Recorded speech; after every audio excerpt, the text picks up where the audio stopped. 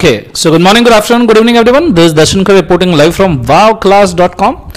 Everybody, very warm good morning. Welcome to company laws lecture. I hope so इसके पहले आपने company law के जितने भी सीए इंटर के बेसिक्स है उसको आपने बहुत प्यार से देखा होगा, क्योंकि उन्हीं बेसिक्स के भरोसे पे हमारा पूरा कंपनी लॉ आगे बढ़ने वाला है. आपने सीए इंटर में जो भी देखा है, अगर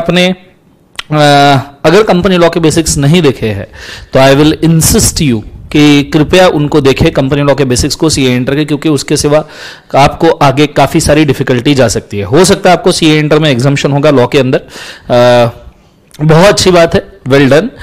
बट फिर भी मैं आपसे रिक्वेस्ट करना चाहूंगा कि इट इज रिक्वायर्ड कि आप जिस तरीके से मैं पढ़ा रहा हूं उस हिसाब से वो बेसिक्स को देखिए, क्योंकि उसी के थ्रू बेसिकली आपका आगे वर्किंग होगा, उसी के थ्रू बेसिकली आपको आगे समझ में आएगा और उसी के थ्रू हमारा कंपनी लॉ आगे बढ़ेगा. ठीक है.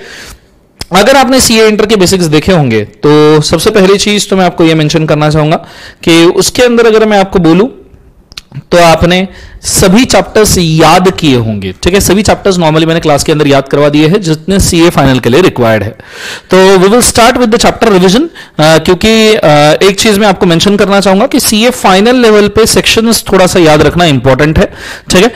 कुछ जगह पे ये काफी डिस्प्यूटेड चीज है, कुछ जगह पे ऐसा बोला भी जाता है सेक्शन याद रखना बिल्कुल इंपॉर्टेंट नहीं है, कुछ जगह पे बोला जाता है सेक्शन याद रखना इंपॉर्टेंट है. बट मैं सिंपली इस बिलीव का हूं कि हम सेक्शन याद कर सकते हैं, और रखना इसलिए इंपॉर्टेंट है क्योंकि उसके थ्रू आपको लॉ के ऊपर ग्रिप आएगा, बहुत स्ट्रॉन्ग ग्रिप आएगा. और दूसरा ऑब्वियस सी बात है कि अगर आप पेपर में सेक्शंस कोट करते हो तो इट इज क्वाइट पॉसिबल कि आपका marking compare to any other paper जिसने सेम आंसर लिखे आपको ज्यादा ही मार्क मिलेंगे. मतलब इसमें कोई रॉकेट साइंस की जरूरत नहीं है ये चीज को प्रूव करने के लिए. ठीक है.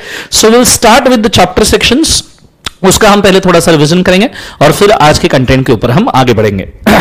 जैसे आपको बताया होगा, सेक्शन नंबर 149 से लेकर section number 172 is appointment and qualification of directors. ठीक है. ये सबसे पहली चीज है. उसके बाद में होल्ड कीजिएगा,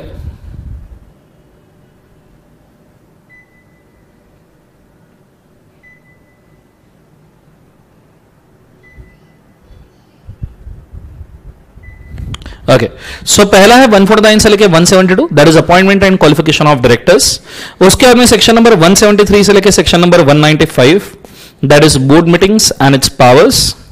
उसके बाद में है सेक्शन नंबर 196 से लेके section number 205, that is managerial person and his remuneration. और उसके बाद में ये तीनों चैप्टर आपको बताए होंगे कि बोर्ड ऑफ डायरेक्टर सेक्टर वाले हैं, और हमने सेक्टर वाइज भी इसको डिवाइड किया था. फिर इसके बाद में आता है third party power sector, section number 206 से लेकर section number 229, that is chapter inspection and investigation. Section number 230 से लेकर section number 240, that is compromise arrangement and amalgamation. Section number 241 से लेकर section number 246, that is chapter operation and mismanagement. उसके बाद में section number 247 is about registered value. फिर section number 248 से लेकर section number 252, that is removal of the name of the companies. ठीक है. उसके बाद में सेक्शन नंबर 252 से लेके 270 तक के नियरली इज सिक कंपनीज जो डिलीटेड है. फिर सेक्शन नंबर 270 से लेके section number 365 is winding up.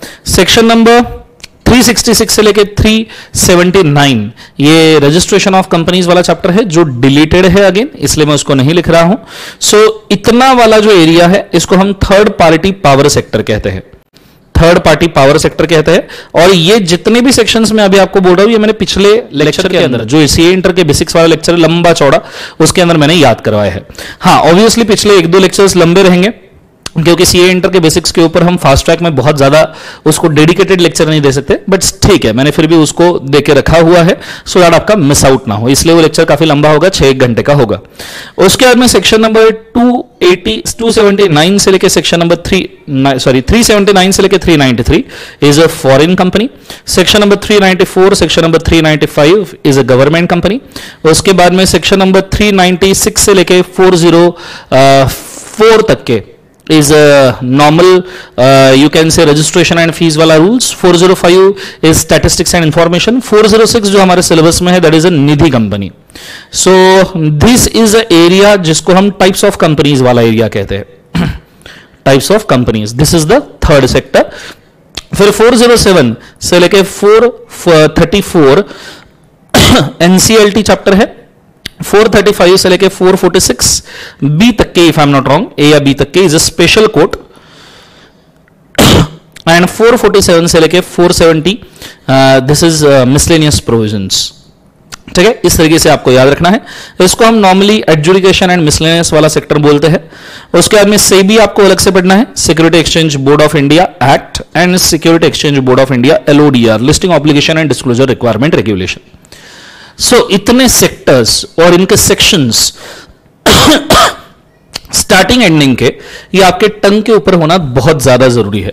ये टंग पे होना इसलिए जरूरी है क्योंकि अगर ये सेक्शंस, ये चैप्टर आपके टंग पे रहेंगे तो आगे जाके आपको सेक्शंस भी याद होंगे और आपको चैप्टर्स के ऊपर ग्रिप भी काफी अच्छा आएगा।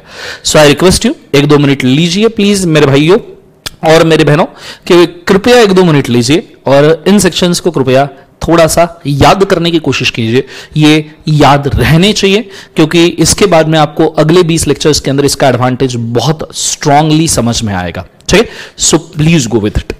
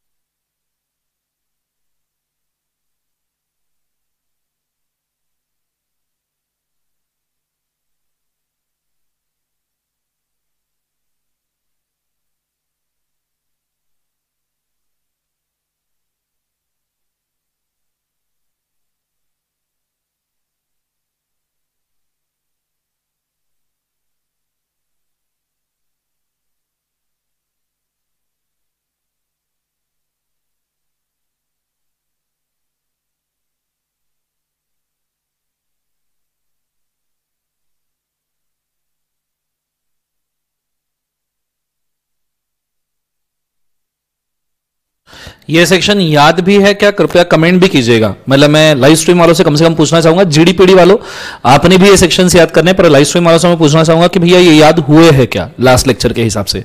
सो please tell me.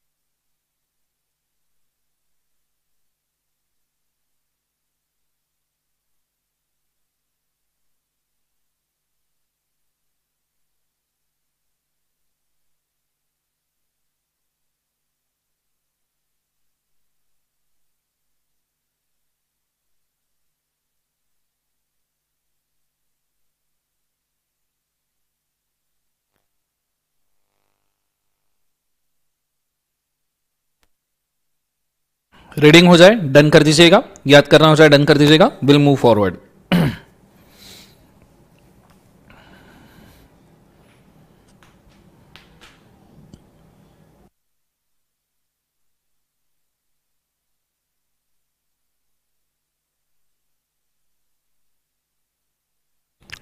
Done everybody, चलो बहुत बढ़िया। अब अगर आपका ये हो चुका है सो आई कैन मूव टुवर्ड्स सबसे पहली चीज जो आज हम शुरू करने वाले हैं। लेकिन कोई भी पहला चैप्टर शुरू करने के पहले मैं स्टैट्यूटरी वार्निंग दे दूं सबको। सो कृपया अगला 1-2 मिनट बड़े गौर से मुझे सुनिएगा कि मैं आपसे क्या कह रहा हूं, क्योंकि ये बहुत ज्यादा इंपॉर्टेंट है और इसके ऊपर अगले 20 लेक्चर्स आपके डिपेंड है।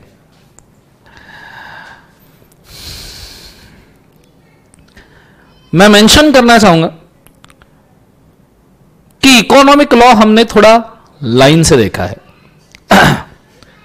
मतलब मैंने फेमा शुरू किया, मैंने फेमा की हिस्ट्री से शुरू किया, फेमा की हिस्ट्री से मैंने पढ़ाना शुरू किया, मैं आगे पढ़ाता गया, फेमा का पूरा कंटेंट खत्म हुआ, हम दूसरे चैप्टर पे चले गए।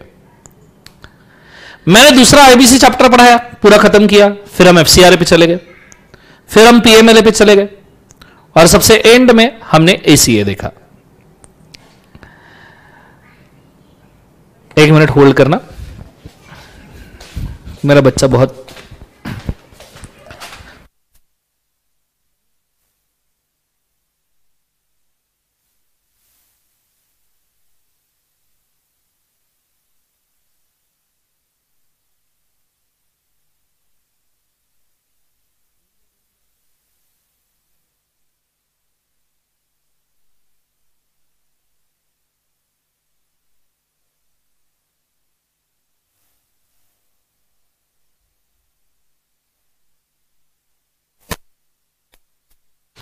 ओके। एनीवेज, सो बेसिकली अगर देखा जाए तो मैंने पूरा इकोनॉमिक लॉ लाइन से पढ़ाया है, लाइन से सभी चैप्टर पढ़ाया है। स्टैट्यूटरी वार्निंग यह है, कंपनी लॉ में बिल्कुल भी इसको एक्सपेक्ट मत करना। कंपनी लॉ में मुझे खुद को नहीं पता मैं कौन से सेक्शन से घुसूंगा और कौन से सेक्शन से बाहर निकलूंगा। अभी तक के कंपनी लॉ के जितने बैचेस पढ़ाए मैंने, जितने 12 साल से पढ़ा रहा हूं सीए फाइनल लॉ, आगे पता नहीं पढ़ा पाऊंगा कि नहीं, सब्जेक्ट ही गायब हो रहा। ओके, सब्जेक्ट गायब हो रहा है वो अलग चीज है, ठीक है, बट डोंट वरी, मैं किसी को भी फ्रस्ट्रेट नहीं करना चाहूंगा, ना ही मैं किसी को बोलूंगा मैसेज करो, मेल करो, ठीक है। ये सब्जेक्ट ने बहुत कुछ दिया है अपने को जीवन के अंदर और बहुत प्यार है सब्जेक्ट से, और सेम प्यार वापस से किसी दूसरे सब्जेक्ट से होगा क्या फाइनल का, आई डोंट नो, जो भी है, ठीक है। बट ठीक है, 8 से 6 सब्जेक्ट अगर स्टूडेंट्स के हो रहे हैं तो अच्छी बात है, स्टूडेंट्स के लिए स्कोप बढ़ रहा है, उसके अंदर मैं मेरी टांग नहीं घुसेड़ूंगा कि नहीं नहीं नहीं नहीं लॉ रखो ही रखो, ऑब्वियस सी बात है, बच्चों के लिए भरा हो रहा है तो अपन अपना थोड़ा सा साइड में रख सकते हैं जीवन में। सो बेसिकली अगर देखा जाए तो मैंने economic law, back to topic, economic law बहुत लाइन से पढ़ा है, पर कंपनी लॉ आप बिल्कुल एक्सपेक्ट मत करना। 12 साल से मैंने जितने भी बैचेस लिए हैं, एक भी बैच, मतलब कोई भी 2 ऐसे बैचेस नहीं है जिसके अंदर मैंने सिमिलर सीरीज में कोई चीज पढ़ाई है, बिल्कुल नहीं, कोई भी 2 बैचेस ऐसे नहीं है, मैं फ्रैंकली बोलता हूं। मतलब कितने परम्यूटेशंस कॉम्बिनेशंस होंगे वो सब के सब नियरली यहां पे ट्राई हो चुके हैं। और इस बैच में भी ऐसा होगा। सो बिल्कुल एक्सपेक्ट मत करना कि मैं कौन से सेक्शन से घुसूंगा और कौन से सेक्शन से नहीं, इसलिए मैंने आपको पहले चैप्टर रेंज लिखवा के दे दिया कि भैया अब चैप्टर रेंज आपको याद करवाने का फायदा मुझे यह है कि मैं किसी भी चैप्टर में घुस के किसी भी चैप्टर से बाहर निकल सकता हूं, ठीक है। सो ये मुझे सबसे बड़ा एडवांटेज है। और एक्चुअली मैं बोलूं तो कंपनी लॉ इसी कदर पढ़ना चाहिए। Company law is a spider web. ऐसा नहीं है कि आप एक सेक्शन पढ़ोगे उसको कंप्लीट करोगे दूसरे इसके जाओगे, सेक्शंस में क्रॉस रेफरेंस होते हैं, वो क्रॉस रेफरेंस एक वेब के जाले जैसा बुनते जाना चाहिए। सो कोई गारंटी नहीं अगर आज मैं आपको डायरेक्टर पढ़ा रहा हूं और कल उठ के मैं आपको मिसलेनियस में से कोई भी टॉपिक उठा के पढ़ा दूं, कोई गारंटी नहीं। सो बिल्कुल भी एक्सपेक्ट मत करना कि लाइन से पढ़ा रहे हैं कि नहीं। सर ये मस्त, मतलब तुमने ये वाला रूल बोल के ना सर खुद को सेफ कर लिया। हमारे पढ़ाई का क्या सर जीवन में? चंपत 12 साल से पढ़ रहा है जीवन में, तुम्हारे पास कभी तो पास हो जाए जीवन के अंदर, और तेरे पढ़ाई का क्या, तो उसकी चिंता मुझे होनी चाहिए ना, मैं टीचर है ना तेरा। तो तुम सब लोग भी सुनो और चंपत भी सुने, नालायक तू सुन, 12वीं बार सुन जीवन में। मैं कितना भी एट रैंडम पढ़ाऊं, यह मेरा वादा है आपसे, यह मेरा प्रॉमिस है आपसे, कोई भी ऐसा सेक्शन नहीं रहेगा जो आपको दिल से समझ में नहीं आया और आपको याद नहीं हुआ। हर सेक्शन आपको समझ में आएगा, conceptually and there is much of the probability कि उसका 60-70% पोर्शन आप वैसे ही याद कर लो, क्योंकि प्रोसेस ही वैसा है, हर सेक्शन दूसरे सेक्शन के साथ अटका हुआ है। उल्टा इससे एडवांटेज यह है कि कोई सेक्शन अगर आप भूलने जा रहे हो तो वो भी आप भूल नहीं पाओगे, बिकॉज बचे हुए जितने भी क्रॉस रेफरेंस वाले अलग अलग सेक्शन है उसको उठा के रखेंगे। हां चंपत, मैं ये जरूर बोलना चाहूंगा कि ये स्टार्टिंग के 2-3 लेक्चर आपको थोड़े हेवी जा सकते हैं। हेवी मैं ये नहीं बोल रहा हूं समझ में नहीं आएंगे, please do understand there is difference between ना समझ में आना और हेवी जाना। हेवी तभी जा सकता है जब समझ में आया पर बहुत भारी लग रहा है, समझ में ही नहीं आया तो हेवी किस बात का। क्लियर है? तो मैं आपको ये बोलना चाहूंगा कि पहले 2-3 लेक्चर, पर ऐसा भी नहीं है कि हर एक को जाएंगे, मैं ट्राई करूंगा कि जितने स्मूथली आपको ये पिला सकूं उतने स्मूथली ये पिलाऊंगा, ठीक है। But as it is a fast track batch, देखो रेगुलर में तो समय मिल जाता है, तो मैं क्या आज कंटेंट बच गया तो कल भी खत्म कर सकता हूं, but in the fast track batch मुझे कुछ बेसिक स्पीड मेंटेन करना जरूरी होता है, इस वजह से मैं आपको बोल रहा हूं हेवी जाएगा, पर ऐसा बिल्कुल नहीं होगा कि आपको समझ में नहीं आया।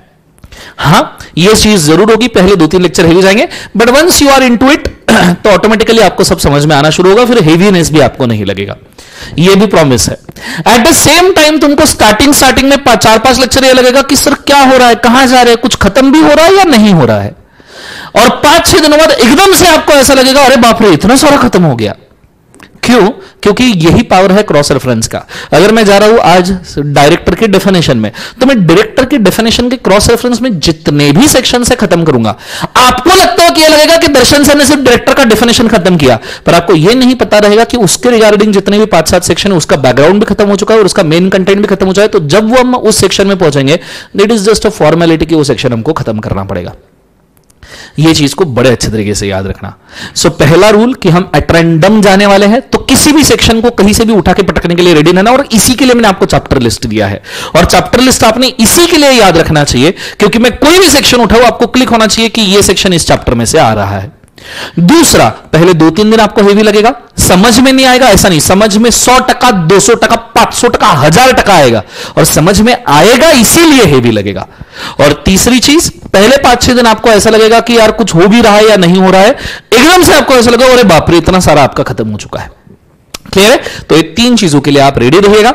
बचा हुआ कंपनी लॉ मेरे ऊपर छोड़ दीजिए। अगर आपको लग रहा है कि इकोनॉमिक लॉ मैंने अच्छा पढ़ा है, फिर तो तुम कंपनी लॉ मेरे ऊपर छोड़ दीजिए, फिर टेंशन ही मत लीजिए, ठीक है। मैं नॉर्मली शुरू करता हूं उन चीजों से जहां पे वो वैसा वाला अपना मैटर नहीं है कि पहले स्टार्टिंग में बहुत अच्छे पढ़ाने वाले टॉपिक दे दिए और बाद में निपटा दिया। हाँ ठीक है, सो स्टार्टिंग से लेकर एंड तक कंसिस्टेंटली अच्छा पढ़ाया जाएगा। हाँ कंपनी लॉ आप एंजॉय करोगे क्योंकि आप सीए इंटर में उसको पढ़े हो। इकोनॉमिक लॉ एंजॉय करना थोड़ा सा मुश्किल है क्योंकि पहली बात तो प्रोसीजरल है और दूसरा सीए इंटर में उसका कोई लेन देन नहीं है। कंपनी लॉ का सीए इंटर में भी लेन देन है और दूसरा प्रोसीजर्स बहुत कम है और एनालिटिकल है, तो ऑब्वियसली आप एंजॉय भी करोगे। ठीक है, सो ये जो मैंने 3-4 चीजें बोली, क्या आपको समझ में आई? मुझे एक बार कंफर्म कीजिएगा एवरीबॉडी, प्लीज मुझे कंफर्म कीजिएगा ये आपको समझ में आया क्या? गो फॉर इट फास्ट।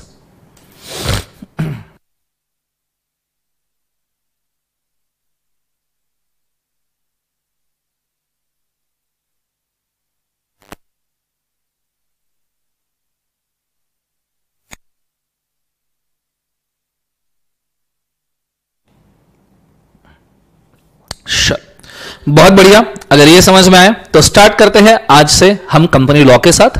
और प्राइमरीली हमारा बेस जो अभी है, मतलब मैं आपको स्टार्टिंग में हर लेक्चर के स्टार्टिंग में बताऊंगा कि हमारा बेस चैप्टर या बेस सेक्शन क्या है। प्राइमरीली हमारा आज का बेस सेक्शन है definition of directors and directors के position, basics of directors you can say, and फिर उसके बाद में हम बेस शिफ्ट करेंगे, तब मैं आपको बताऊंगा कि कौन से एरिया में हम जा रहे हैं।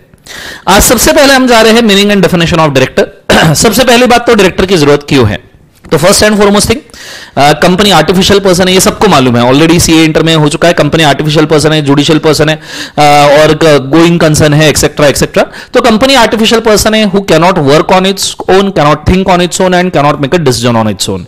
जब आर्टिफिशियल पर्सन खुद के बेसिस पे काम नहीं कर सकता तो एक नेचुरल पर्सन की जरूरत है जो उसके बिहाफ पे काम करे। इसीलिए हमको डायरेक्टर की जरूरत है और इसीलिए हम डायरेक्टर को अपॉइंट करते हैं। सो आर्टिफिशियल पर्सन के ड्रॉबैक को कंप्लीट करने के लिए हम डायरेक्टर को अपॉइंट करते हैं। दैट्स इट, ये पैराग्राफ के ऊपर एक भी सवाल नहीं पूछा जाएगा। आगे बढ़ते हैं। फिर डायरेक्टर्स चैप्टर के अंदर अगर मैं आपको बोलूं तो बेसिकली कंपनी में 3 मैनेजमेंट वाले पर्सन होते हैं। हालांकि तीसरा वाला मैनेजमेंट नहीं, वो मैनेजमेंट को चेक करने वाला पर्सन है। जैसे आपने कंपनी के अंदर देखा होगा और सीए इंटर के बेसिक्स में मैंने आपको बताया था कि जनरल मीटिंग एक होती है, शेयर होल्डर्स की मेंबर्स की मीटिंग एक होती है जो मैनेजमेंट देखती है, साल में एक ही बार देखती है या ईजीएम में एक दो बार देखती है, पर मैनेजमेंट को तो देखती है, लॉन्ग टर्म मैनेजमेंट वही प्लान करती है, शेयर होल्डर्स। फिर दूसरे बोर्ड ऑफ डायरेक्टर्स होते हैं जो डे टू डे मैनेजमेंट देखते हैं, मतलब general meeting yearly strategic plan बनाती है, ईयरली मैनेजमेंट देखती है, board of director day to day या क्वार्टरली या सेमी एन्युअली या मंथली या वीकली हर टाइप का मैनेजमेंट देखते हैं। और फिर ये मेंबर ने देखो पैसा लगाया है, ये मेंबर्स ने देखो पैसा लगाया है, इस पैसे को यूज करने का काम बोर्ड ऑफ डायरेक्टर्स का है। Board of director use this money और इस पैसे को यूज करके बोर्ड ऑफ डायरेक्टर प्रॉफिट कमाते हैं। बोर्ड ऑफ डायरेक्टर क्या कमाते हैं? प्रॉफिट। पर क्या बोर्ड ऑफ डायरेक्टर ने सही तरीके से इन असेट्स को यूज किया? कहीं ऐसा तो नहीं कि board of director Ramalinga Raju को खुद का एकदम दाता मानते हैं, टारगेट मानते, गुरु मानते और उनके हिसाब से उन्होंने फ्रॉड करना शुरू किया। तो बोर्ड ऑफ डायरेक्टर्स ने इन असेट्स को प्रॉपरली यूज किया क्या, यह चेक करने का काम ऑडिटर का है। और इसलिए हम डायरेक्टर्स पढ़ रहे हैं, इसलिए हम डायरेक्टर्स को पढ़ रहे हैं क्योंकि हम बनने वाले हैं ऑडिटर। तो यह हमारा काम है चेक करना कि कंपनी लॉ में भाई साहब मेंबर्स के जो असेट्स है वो डायरेक्टर्स ने यूज ठीक से किए या नहीं किए, ये चेक करना। कंसेप्ट समझ में आ रहा है मैं क्या कह रहा हूं? ये चीज को बड़े अच्छे तरीके से याद रखना, ठीक है। सो ये छोटा सा मार्किंग अगर आपको करना है 1 सेकंड के अंदर कर लीजिए, ज्यादा समय नहीं ले पाएंगे, फटाफट लिख लीजिए।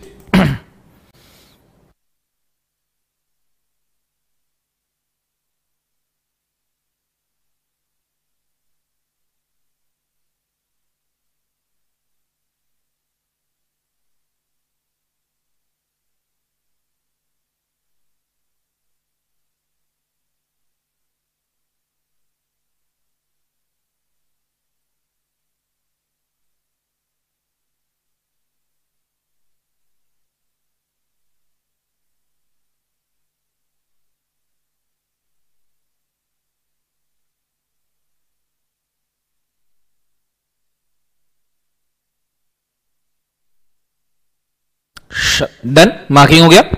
अब ये अगर हो गया तो अब मैं जा रहा हूं डायरेक्टर के डेफिनेशन के ऊपर, और मैं शुरू करता हूं डायरेक्टर के डेफिनेशन के साथ में। बड़े अच्छे से बोर्ड के ऊपर ध्यान देना, ओपन थोड़ा सा माइंड रखना, क्योंकि हम दोनों तीनों डेफिनेशन को ओल्ड न्यू को कंपेयर करने वाले हैं, so that we will know कि डायरेक्टर का डेफिनेशन क्या है।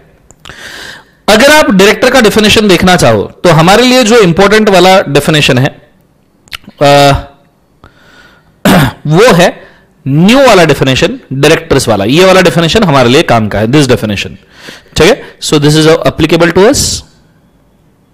पर ये डेफिनेशन इसके झटके में आपको समझ में नहीं आएगा, इसलिए मुझे ओल्ड वाला डेफिनेशन भी देना जरूरी है। This is old definition which is not applicable to us, but इससे कंसेप्ट समझ में आएगा, ठीक है। पहले नया वाला डेफिनेशन पढ़ते हैं। उन्होंने डेफिनेशन में लिखा है, अच्छा डेफिनेशन से हमें क्या लगता है कि भैया डेफिनेशन से मीनिंग समझ में आएगा, डेफिनेशन से अच्छी चीजें समझ में आएगी, हमको पता चलेगा डेफिनेशन से कि ये चीज है क्या, और हम मीनिंग ढूंढने के लिए डेफिनेशन में आए। उन्होंने लिखा है डायरेक्टर मींस अ डायरेक्टर। वाह वाह वाह वाह वाह वाह, बहुत बढ़िया, वाह चंपत, कहीं तूने तो ये लॉ ड्राफ्ट नहीं किया नालायक है, सस्ते नशे करके। डायरेक्टर मीन्स ए डायरेक्टर, ये ड्राफ्टमैन का बहुत पुराना नशा है भाई। What is a public company which is a private which is not a private, what is a private company which is not a public company. Company, अच्छा company का definition, company means a company, बहुत बढ़िया, बहुत बहुत। Anyways, so director means a director जिसका बात बोला गया है appointed to the board of company.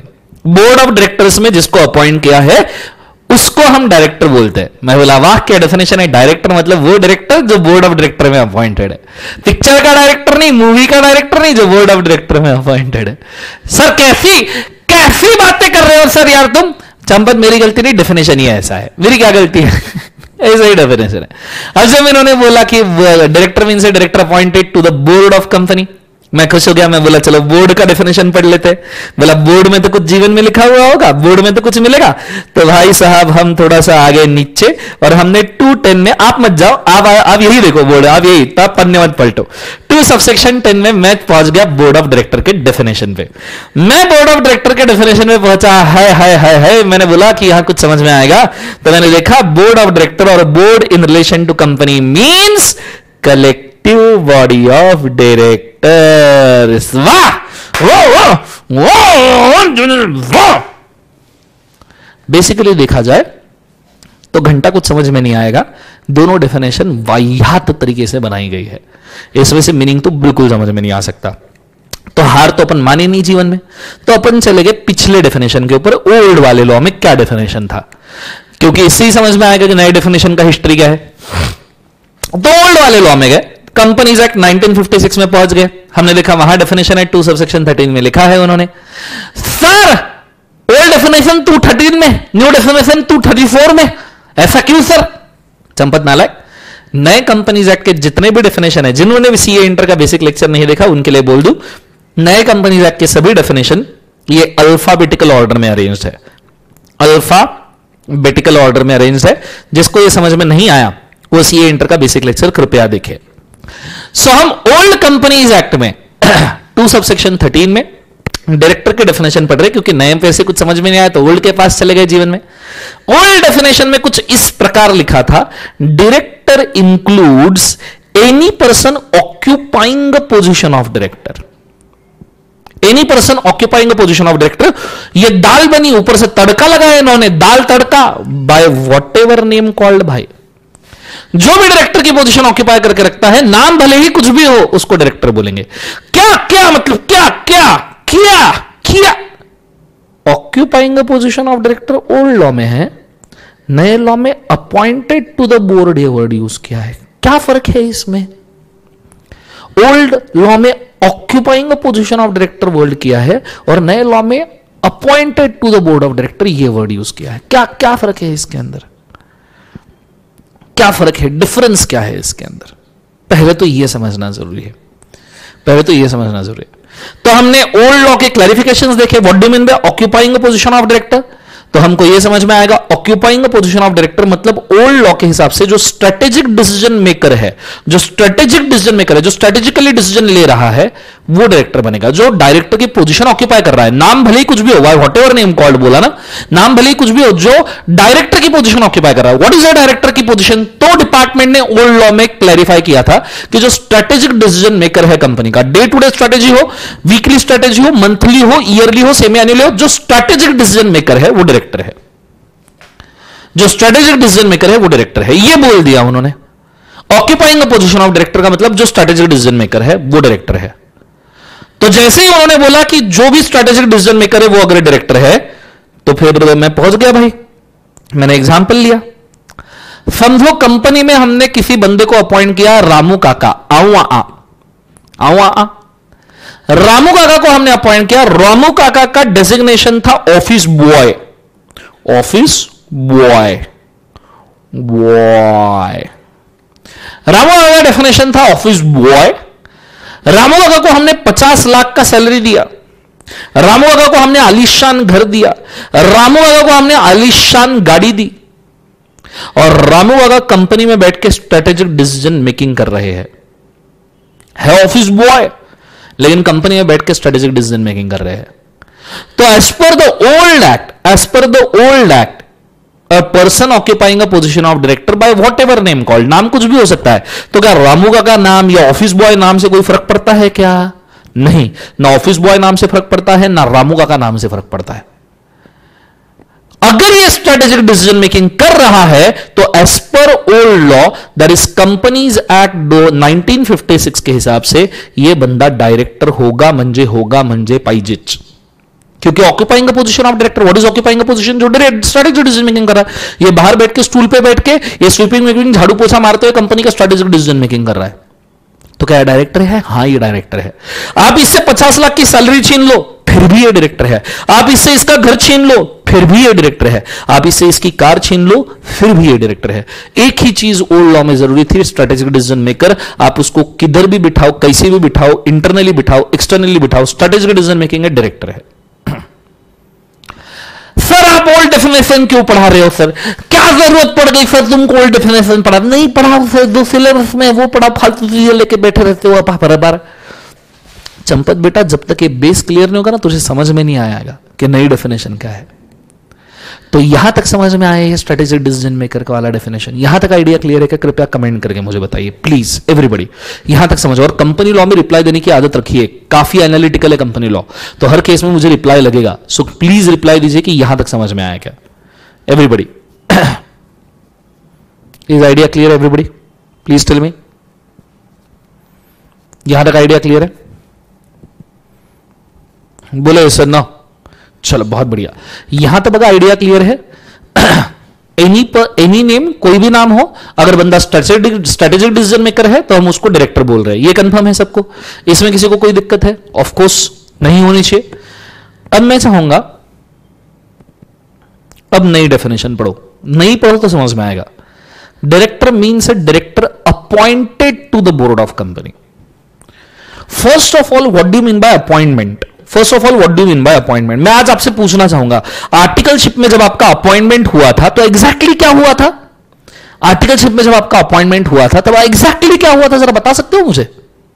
क्या हुआ था एग्जैक्टली जब आप आर्टिकलशिप में, मतलब मजदूरी के लिए, जब आपको लेबर डे के लिए जब आपको सिलेक्ट किया गया था कि आप लेबर पेड लेबर बनोगे, तो एग्जैक्टली मतलब हुआ क्या? अरे मैं आर्टिकलशिप की बात कर रहा हूं, कैसे कभी कभी ऐसे पुरानी यादें मेरे को ताजा हो जाती है।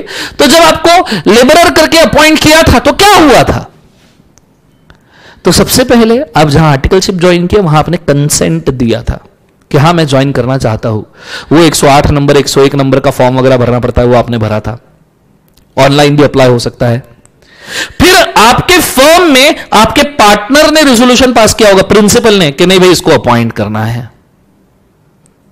बाकायदा एक ऐसे ऑर्डर निकला होगा ना, आपको अपॉइंट करना है, कुछ तो फॉर्मल ऑर्डर होगा, एक अपॉइंटमेंट लेटर वगैरह होगा। और तीसरी चीज, आपने ऑफिस में जाके लेबर शुरू किया होगा, दूध लाके देना, पानी लाके देना, चाय लाके देना, पेपर, झाड़ू, कटका, ये आपने शुरू किया होगा, मतलब आप ऑफिस में आके काम कर रहे होंगे। सो किसी भी अपॉइंटमेंट के लिए तीन चीजों की जरूरत होती है बच्चों, किसी भी अपॉइंटमेंट के लिए तीन चीजें फिक्स है, that is consent, resolution, assumption. हम बात कर रहे हैं डायरेक्टर के डेफिनेशन की, और डायरेक्टर के डेफिनेशन में वर्ड आया है appointed. Director means a director appointed to the board of company. What is appointment? तो अपॉइंटमेंट में तीन चीजें हैं, देखो, कंसेंट, रेजोल्यूशन, अजम्पशन। कंसेंट चाहिए जिसको अपॉइंट कर रहे हो, उसको अपॉइंट करने के लिए फॉर्मल ऑर्डर चाहिए, मतलब रेजोल्यूशन चाहिए। अब कंपनी में है इसलिए मैं रेजोल्यूशन वर्ड यूज कर रहा हूं क्योंकि हम कंपनी लॉ में है, दूसरे लॉ में रहते फॉर्मल ऑर्डर या कुछ भी हो सकता है। और तीसरा अजम्पशन, उसने ऑफिस में आके काम करना चाहिए। अजम्पशन का मतलब होता है working in the office, office में आके उसने काम करना चाहिए। और ये तीनों चीजें उतनी ही जरूरी है। फॉर एग्जाम्पल, अगर सामने वाले पार्टी का कंसेंट नहीं है, तुमने सिर्फ रेजोल्यूशन कर लिया पास और उससे सीधा ऑफिस में आके काम करना शुरू कर दिया, नहीं, एक कंसेंट होना जरूरी है। बाद में मुकर गया तो, बाद में ऑफिस छोड़ के भाग गया तो वो तो बोलेगा मैंने तो कंसेंट ही नहीं दिया था, मेरे को जबरदस्ती लाके बिठाए थे। सो ये अपॉइंटमेंट नहीं हो सकता। अगर उसका कंसेंट है पर आपने फॉर्मल ऑर्डर ही पास नहीं किया, उसने ऑफिस में आके काम करना शुरू कर दिया, तुम मुकर जा सकते हो कभी भी कि हमने तो अपॉइंट ही नहीं किया, तो फुकट में काम कर रहा है, इसलिए एक रेजोल्यूशन चाहिए। और तीसरा, आपका रेजोल्यूशन मतलब आपका कंसेंट भी है, रेजोल्यूशन भी पास हुआ है, पर आप कभी ऑफिस गए नहीं। ऐसा भी होगा ना कुछ बच्चों के साथ, कुछ बच्चे करते हैं आर्टिकलशिप के लिए 10 जगह पे रिज्यूम डाल के रखते हैं, फिर कंसेंट भी दे देते हैं, फिर वो ऑर्डर भी पास करते हैं, ऑफर लेटर भी देते हैं, पर तुम ऑफिस जाते ही नहीं। तो क्या अपॉइंटमेंट हुआ? नहीं, अपॉइंटमेंट ही नहीं है। So there is no appointment. जहां तीनों है, कंसेंट, रेजोल्यूशन, अजम्पशन, वहीं पे आपका अपॉइंटमेंट होगा। तो अपॉइंटमेंट का मतलब यह है कंसेंट, रेजोल्यूशन, अजम्पशन, ये तीनों चीजें चाहिए, ये तीनों चीजें चाहिए। अब मैं वापस डेफिनेशन के ऊपर जाना चाहूंगा, वापस डेफिनेशन पे जाऊंगा, पढ़ो। A director means a director appointed to the board. Appointed to the board of company मतलब कि भैया उसने कंसेंट दिया है डायरेक्टर बनने के लिए, उसके लिए रेजोल्यूशन पास किया है डायरेक्टर बनने का, और उसने ऑफिस भी अज्यूम किया है। उसने कंसेंट दिया मैं डायरेक्टर बनना चाहता हूं, आपने रेजोल्यूशन पास किया कि आप उसको डायरेक्टर बनाना चाहते हो, और उसने बाद में ऑफिस भी अज्यूम किया और डायरेक्टर का काम शुरू किया। बोर्ड ऑफ डायरेक्टर पे अगर ये चीज हुई है तो उसे हम डायरेक्टर बोलेंगे। ये तीन चीजें बोर्ड के ऊपर होनी चाहिए, तो नए डेफिनेशन के हिसाब से डायरेक्टर है। अब अगर आपको ये समझा, ये समझ में आया आपको, अब ये समझ में आया, तो मैं आपको यहां तक समझ में आएगा, कंसेंट, रेजोल्यूशन, अजम्पशन समझ में आएगा। फटाफट मुझे कमेंट करके बोलिए कि कंसेंट, रेजोल्यूशन, अजम्पशन वाला अपॉइंटमेंट का ये बेसिक क्लियर है क्या?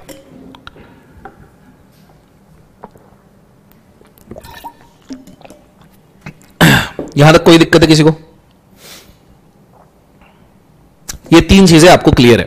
अब वापस जाते हैं रामू काका पे, वापस जाते हैं रामू काका। ये आया रामू काका को ओल्ड डेफिनेशन में सिर्फ स्ट्रेटेजिक डिसीजन मेकिंग करना जरूरी था, वो कंपनी में रहे, कंपनी के बाहर रहे, दूसरे देश में रहे या मंगल ग्रह पे रहे, मंगल ग्रह पे रह के अगर रामू काका स्ट्रेटेजिक डिसीजन मेकिंग कर रहे हैं, मतलब occupying a position of director है, नाम कुछ भी हो, रामू काका रहे, एलियन रहे, क्या फर्क पड़ता है, अगर वो स्ट्रेटेजिक डिसीजन मेकिंग कर रहे हैं तो वो डायरेक्टर बन जाएंगे एज पर कंपनीज एक्ट 1956। पर मैं यही आपको पूछूं, कंपनीज एक्ट 2013 में मैं आपसे पूछना चाहूंगा, जवाब आप दोगे कमेंट्स में, क्या कंपनीज एक्ट 2013 में सिर्फ स्ट्रेटेजिक डिसीजन मेकिंग रामू काका कर रहे हैं तो क्या मैं उनको डायरेक्टर बोलूं? क्योंकि कंपनीज एक्ट 2013 में 3 चीजें चाहिए ना, अपॉइंटमेंट के लिए कंसेंट, रेजोल्यूशन, अजम्पशन, इसमें से कोई भी रामू काका के लिए प्रेजेंट है क्या? और कोई भी क्या, कोई एक भी अगर मिसिंग रहा तो भी अपॉइंटमेंट नहीं होगा। तो क्या 2013 के हिसाब से रामू काका डायरेक्टर है क्या? प्लीज मुझे बताइए, एवरीबॉडी प्लीज टेल मी, क्या 2013 कंपनीज एक्ट के हिसाब से रामू काका डायरेक्टर है क्या? प्लीज मुझे बताइए, यस और no. As per companies act 2013 whether he is a director, क्या उसका फॉर्मल अपॉइंटमेंट है? क्या बोर्ड पे उनका फॉर्मल अपॉइंटमेंट है? उनका फॉर्मल अपॉइंटमेंट ऑफिस बॉय का है? तो क्या रामू काका का यहां पे कंसेप्ट है? देखो सब जन बोल रहे हैं नहीं। तो देखो कंपनीज एक्ट 2013 के हिसाब से अगर मैं पूछूं क्या कंसेंट है? नहीं है। क्या रामू काका के लिए फॉर्मल रेजोल्यूशन डायरेक्टर का पास किया? नहीं। क्या वो डायरेक्टर के ऑफिस में आके काम कर रहे हैं? नहीं, वो ऑफिस बॉय है, स्वीपिंग का काम कर रहे हैं। तो कंपनीज एक्ट 2013 के हिसाब से उनका कुछ ही नहीं है, तो डायरेक्टर भी नहीं है। इसलिए Ramu Kaka as per the old companies act 1956 yes he is a director, but as per new companies act 2013 no he is not a director, क्योंकि कंसेंट, रेजोल्यूशन, अजम्पशन नहीं है। और बस यही डिफरेंस है और यही डेफिनेशन है डायरेक्टर का। ओल्ड एक्ट में कोई भी बंदा काम कर रहा था फिर भी डायरेक्टर था, वो इंटरनली कंपनी में रहे तो भी डायरेक्टर, बाहर रहे तो भी डायरेक्टर, दूसरे देश में तो भी डायरेक्टर। कोई पति है, डायरेक्टर का पति है, कोई लड़की डायरेक्टर है, उसका पति है, वो कंसेंट दे रहा है, उससे डिसीजन मेकिंग हो रहा है तो भी डायरेक्टर। कितने तो भी एग्जांपल ऐसे हैं। Red chillies production Gauri Khan के नाम पे है, शाहरुख खान डिसीजन मेकिंग करता है। अबे वो छोड़ो, अपने देश में ही मैं बोलूं अपने देश में ही बोलूं,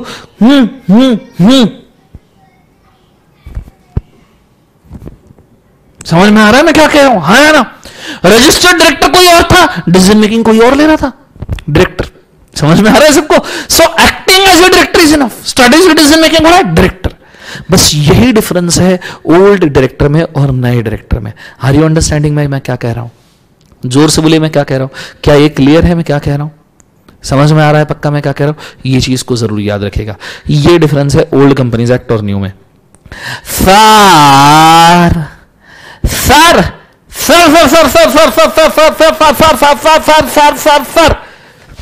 लड़ लगाइए तो फटाके लगाए तेरे पीछे जीवन के अंदर, बोल क्या क्या तकलीफ क्या है तेरे को? सर तुमने डेफिनेशन पढ़ाई पर एक वर्ड तुमने स्किप कर दिया सर, स्किप। मैंने देखा, मेरी आंखों से देखा, मैं सोच रहा तुम बाद में पढ़ाओगे पर तुमने स्किप कर दिया। तुम बड़े चालाक हो सर, बताओ जरा कौन सा वर्ड? मेरे को मालूम है चंपत तू कौन से वर्ड के पीछे पड़ा है, मेरे को मालूम है तूने इधर पकड़ लिया होगा ये पर्सन वाला वर्ड। मेरे को मालूम है तू क्या सोचता है, 12 साल से मेरे साथ ही यहां पे पढ़ रहा तू, कभी तो पास हो जा नालायक। सर सीए है सर, सीए पढ़ता जा बेटा, तेरा क्या जाएगा, हर मई के बाद नवंबर आएगा सर। वावा बोलो सर, वावा। नालायक फटके देनी चाहिए तेरे को। If there is a will there is a way, after every November there is a May. नालायक। सो ध्यान देना, तुम बड़े अच्छे से ध्यान दो, तुम अटेम वाली बातें मत पकड़ो, ये चंपत की बातें तुम ध्यान दो। सो यहां पे डेफिनेशन अगर हम पकड़ सके तो डेफिनेशन के अंदर हम एक वर्ड पकड़ते हैं, दैट इज अ पर्सन। ये पर्सन वर्ड नए डेफिनेशन के अंदर नहीं है, पर फिर भी एक सवाल दिमाग में आना चाहिए कि any person occupying a position of director, कोई भी पर्सन अगर डायरेक्टर की पोजीशन ऑक्यूपाई कर रहा है तो डायरेक्टर हो जाएगा क्या? पर्सन में हम हर एक को डायरेक्टर बना देंगे क्या? हम पर्सन में हर एक को डायरेक्टर बनाएंगे? क्योंकि पर्सन के डेफिनेशन में तो 7 लोग आते हैं, individual, HUF, company, firm, AOP, BOI, local authority, municipal corporation, artificial judicial person. क्या ये 7 लोग आते हैं तो सातों के सातों डायरेक्टर बन जाएंगे क्या? सातों के सातों को डायरेक्टर मान लू जीवन में? अगर मैंने सातों के सातों को डायरेक्टर माना, फॉर एग्जाम्पल सातों के सातों डायरेक्टर बन सकते हैं, फॉर एग्जाम्पल 2 मिनट के लिए मानते हैं कि सातों के सातों डायरेक्टर बन सकते हैं, तो भाई साहब ए लिमिटेड कंपनी के अंदर बी लिमिटेड डायरेक्टर बन जाएगी, बी लिमिटेड के अंदर सी फर्म बन जाएगी, सी फर्म के अंदर डीएलएलपी बन जाएगी डायरेक्टर, डीएलएलपी के अंदर ई कंपनी बन जाएगी, ई कंपनी के अंदर एफ लिमिटेड बन जाएगी और एफ लिमिटेड के अंदर वापस डायरेक्टर ए लिमिटेड बन जाएगा। है ना। अब समझो कभी जीवन में फ्रॉड हुआ ए लिमिटेड के अंदर, तुम किसको पकड़ोगे? बी। नहीं, बी के अंदर डायरेक्टर कौन है? सी। नहीं, सी के अंदर कौन है? डी। पर डी के अंदर कौन है? ई। ई के अंदर कौन है? एफ। पर एफ में कौन है? ए। तो ए के फ्रॉड के लिए ए लिमिटेड ही जिम्मेदार। उठाओ ए लिमिटेड को, डालो जेल में। क्या तुम ए लिमिटेड को जेल में डाल सकते हो? बिल्कुल नहीं डाल सकते। डायरेक्टर की पोजीशन अकाउंटेबिलिटी की है, डायरेक्टर की पोजीशन ट्रस्ट की है। तो हमें कोई ऐसा पर्सन चाहिए जो दिखे, जिसने फ्रॉड किया तो जिसको पकड़ सके, जिसको धो सके, जिसको मार सके, जेल में डाल सके। और बस ऐसा ही पर्सन हम डायरेक्टर करके सिलेक्ट करते हैं। इसीलिए पूरे डेफिनेशन में से, पर्सन की डेफिनेशन में से, only individual is capable of being a director. और यह मेंशन किया है 149 सबसेक्शन 1 के अंदर, जो आपका सबसे पहला स्टार्टिंग का सेक्शन है अपॉइंटमेंट क्वालिफिकेशन चैप्टर का। 149(1) says only individual can be director. सिर्फ इंडिविजुअल ही डायरेक्टर बन सकता है, इंडिविजुअली डायरेक्टर बन सकता है। समझ में आ रहा है मैं क्या कह रहा हूं? सिर्फ इंडिविजुअल बन सकता है डायरेक्टर। चंपत, तू पहला ही लेक्चर है कंपनी लॉ का, तू इतने बार एंट्री मारेगा तो मैं पढ़ाऊं कैसे? में नहीं सर, क्वेरी है, सॉल्व करनी पड़ेगी। मुझे एक बात बताओ, सिर्फ इंडिविजुअली डायरेक्टर बन सकता है तो holding company, sir holding company subsidiary पे डिसीजन मेकिंग करती है। होल्डिंग कंपनी सब्सिडियरी पे डिसीजन मेकिंग कर रही है। सर आपको पता है सर, टाटा ट्रस्ट जो है ना sir, Tata trust, Ratan Tata trust, Dorabji Tata trust, ये दोनों ट्रस्ट मिलके टाटा सन्स लिमिटेड के ऊपर डिसीजन मेकिंग करती है। दोनों trust sir, holding company subsidy पे कर रही है, ट्रस्ट अगर कंपनी पे कर रही है तो सर इनका क्या है? तो डिसीजन मेकिंग कर रहे हैं। बात बहुत सही है, मैं बाद में पढ़ाने वाला था, अब तूने पूछ लिया तो अब भी पढ़ाना पड़ेगा। आप भी सुन लो जीवन के अंदर मैं क्या कह रहा हूं, बड़े अच्छे से बोर्ड के ऊपर ध्यान देना।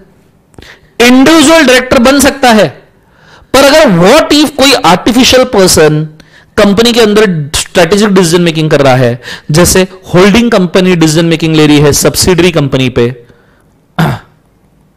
जैसे टाटा ट्रस्ट डिसीजन मेकिंग कर रहा है टाटा सन्स के ऊपर, तो उसका क्या? वो तो डिसीजन मेकिंग कर रहे हैं ना, पर फॉर्मली अपॉइंटेड नहीं है। डिसीजन मेकिंग तो कर रहे हैं, स्ट्रेटेजिक डिसीजन मेकिंग तो कर रहे हैं, पर फॉर्मली अपॉइंटेड नहीं है।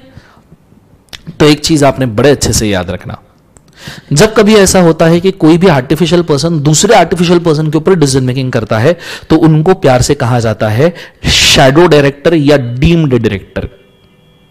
शैडो डायरेक्टर या डीम्ड डायरेक्टर, ठीक है? शैडो डायरेक्टर और डीम्ड डायरेक्टर, ये आपके मॉड्यूल में कंसेप्ट नहीं दिया है, ये लॉ के अंदर कंसेप्ट नहीं दिया है। दिस इज सब्सटेंस मतलब रियलिटी, तो सब्सटेंस मतलब रियलिटी, रियलिटी और लीगलिटी। आपको याद है आपने सीए इंटर के अंदर एक केस पढ़ा होगा, lifting of corporate veil. Lifting of corporate veil, पर्दा है पर्दा, पर्दे के पीछे लोचा किया है, पर्दे को फिर बेपर्दा है करना तो, है ना? तुमने लिफ्टिंग ऑफ कॉर्पोरेट वेल पढ़ा होगा, तुमने देखा होगा कि कंपनी में जब भी फ्रॉड होता है, लिफ्टिंग ऑफ कॉर्पोरेट वेल करके हम जो पर्सन गिल्टी है उसको पकड़ते हैं, जो गिल्टी पर्सन है उसको पकड़ते हैं। उसी प्रकार अगर होल्डिंग कंपनी सब्सिडरी में फ्रॉड करती है तो होल्डिंग कंपनी को पकड़ा जाएगा।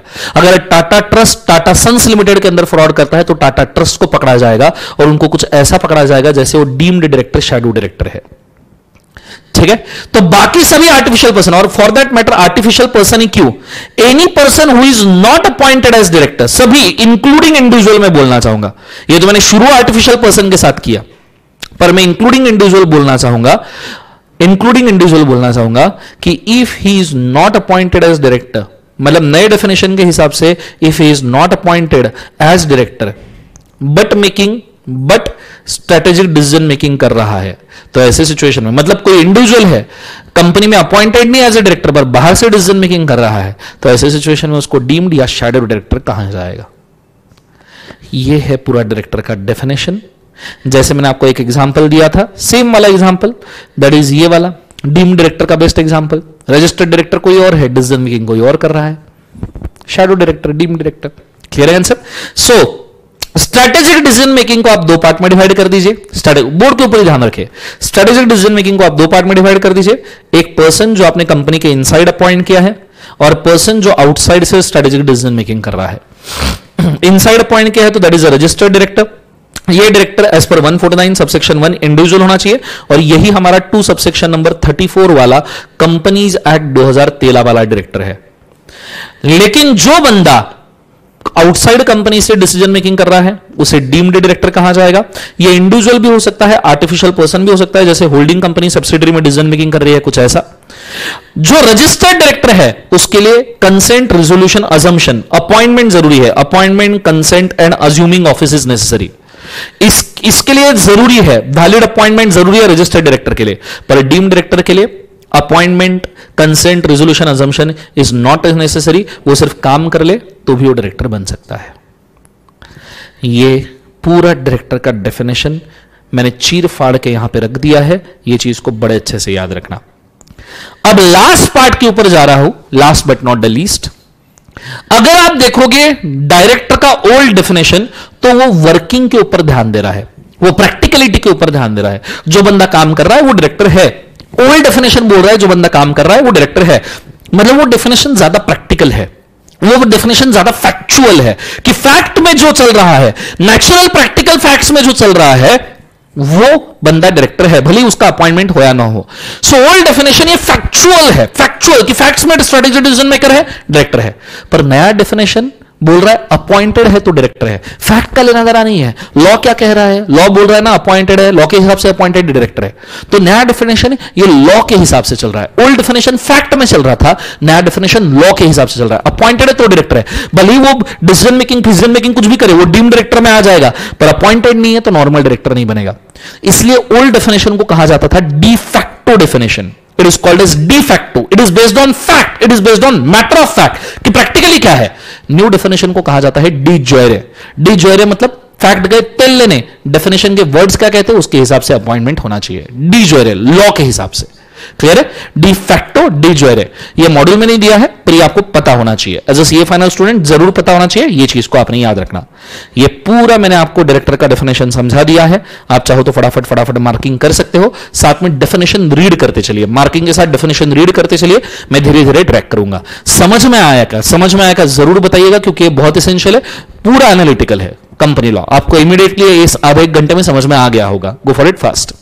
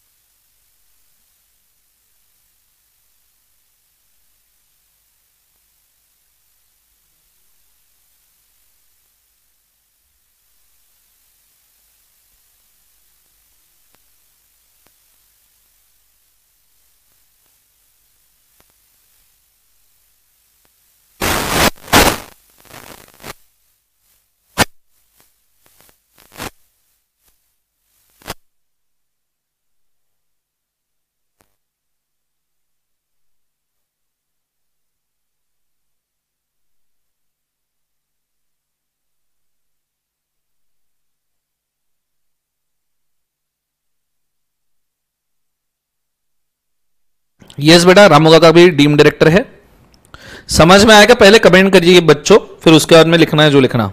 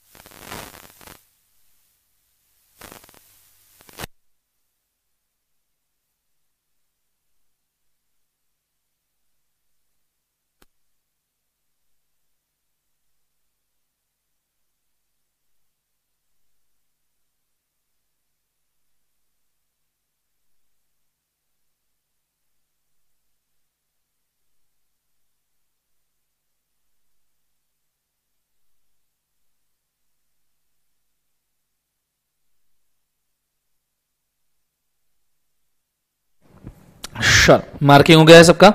Everybody done? श्योर। अगर मार्किंग हो गया है तो मैं इसका एक बार सिनॉप्सिस दे दूं, सबसे एंड में सिनॉप्सिस जो जरूरी है। सो सिंपली मैं यहां पे ये बोल सकता हूं स्ट्रेटेजिक डिसीजन मेकर्स जो है उसको दो पार्ट में डिवाइड करो। ये तो हो गया है ना अपना, ठीक है, ये भी हो गया है। इसका मार्किंग करना है तो ये भी कर लो, please go for it first.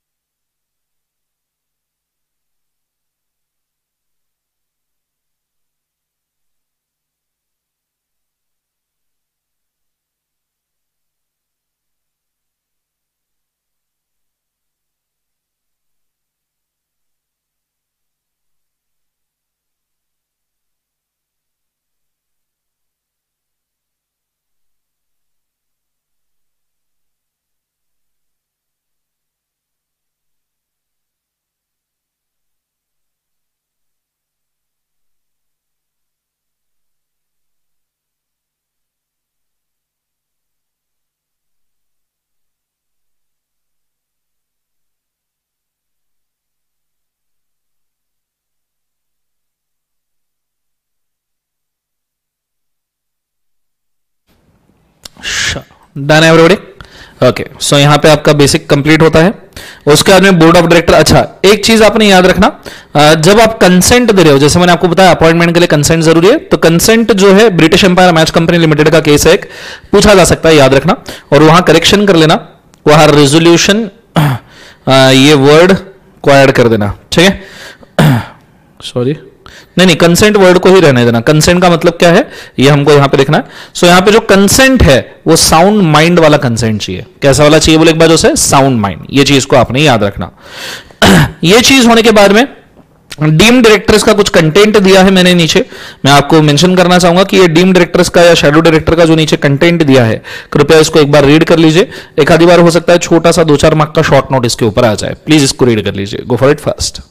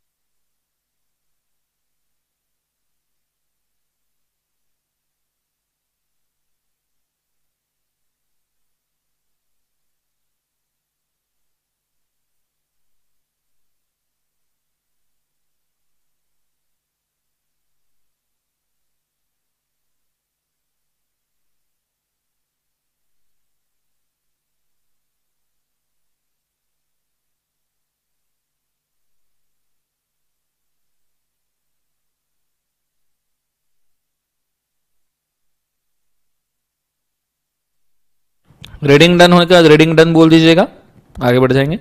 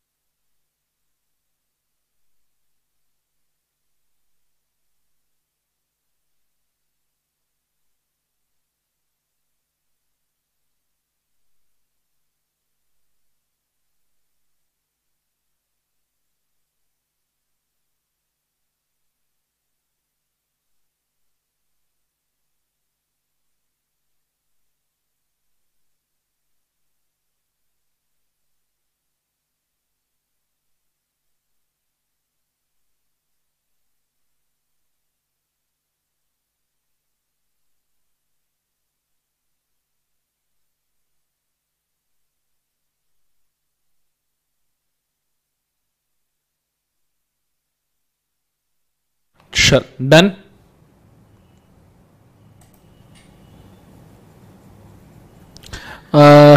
आपका सवाल मुझे समझ में नहीं आया बेटा शिवानी, सो प्लीज उसे कंफर्म कीजिएगा एक बार।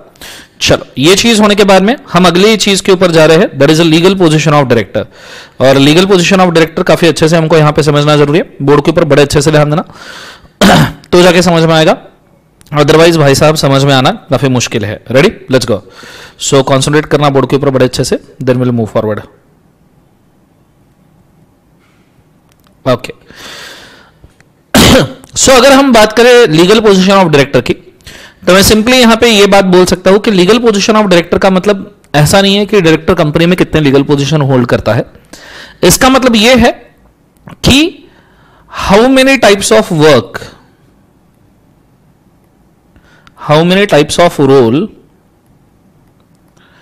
Director plays in a company. Company में डायरेक्टर कितने टाइप के रोल्स प्ले करता है, ये यहां पे बेसिक सवाल है कि कितने टाइप के रोल्स डायरेक्टर कंपनी में प्ले करता है, ये यहां पे सवाल है।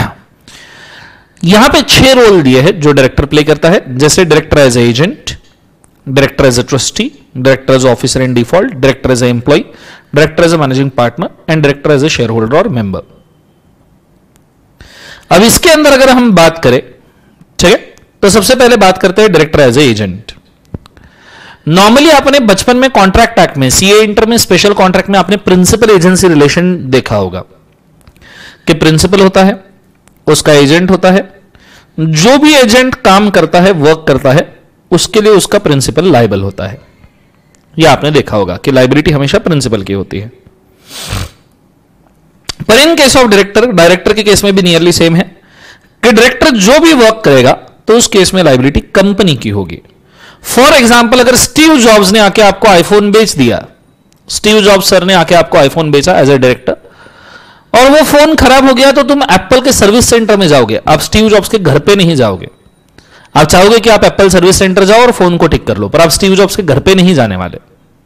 सो नॉर्मली डायरेक्टर जो वर्क करता है उसके लिए कंपनी ही लायबल होता है, लायबिलिटी ये कंपनी का ही रहेगा।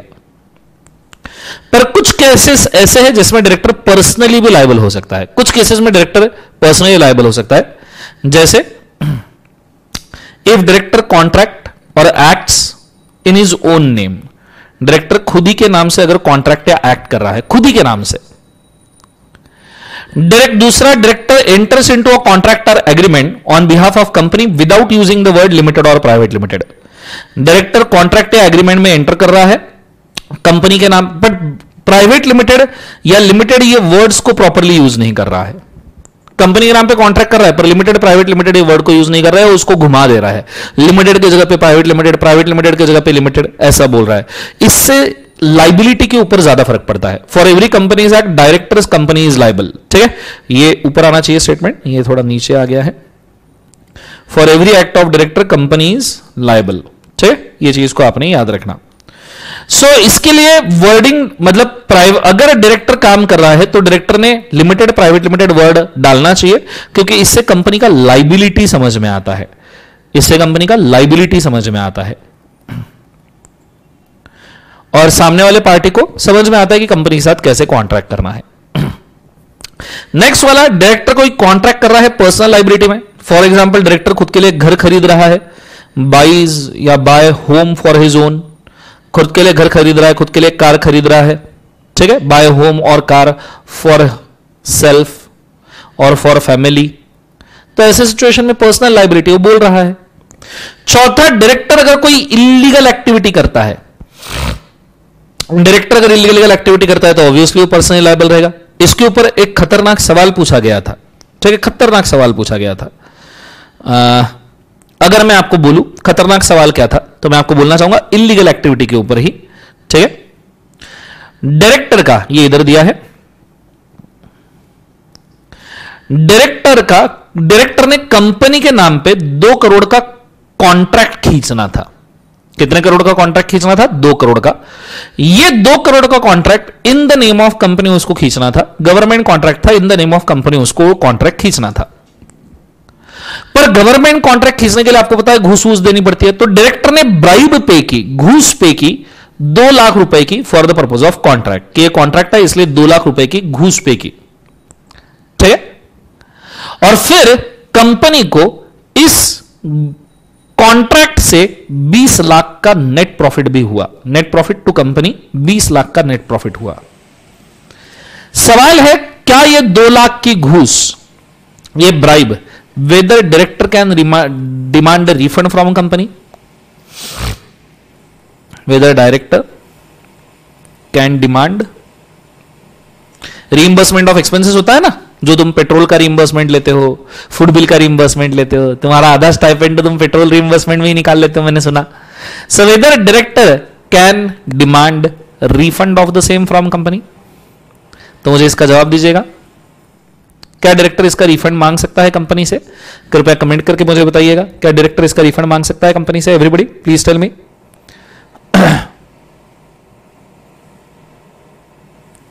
क्या डायरेक्टर इसका कंपनी से रिफंड मांग सकता है?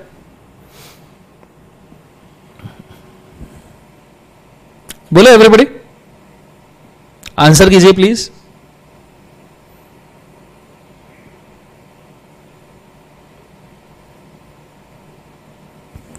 इसका सीधा आंसर है नहीं मांग सकता, क्योंकि एक्टिविटी इलीगल है।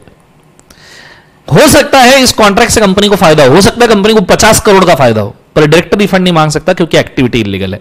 इस ब्राइब के लिए डायरेक्टर पर्सनली ही लायबल रहेगा, पर्सनल लाइबिलिटी, ये लिख के रखिए, पर्सनल लाइबिलिटी ऑफ डायरेक्टर, ठीक है, इसको लिख के रखिए। गो for it fast.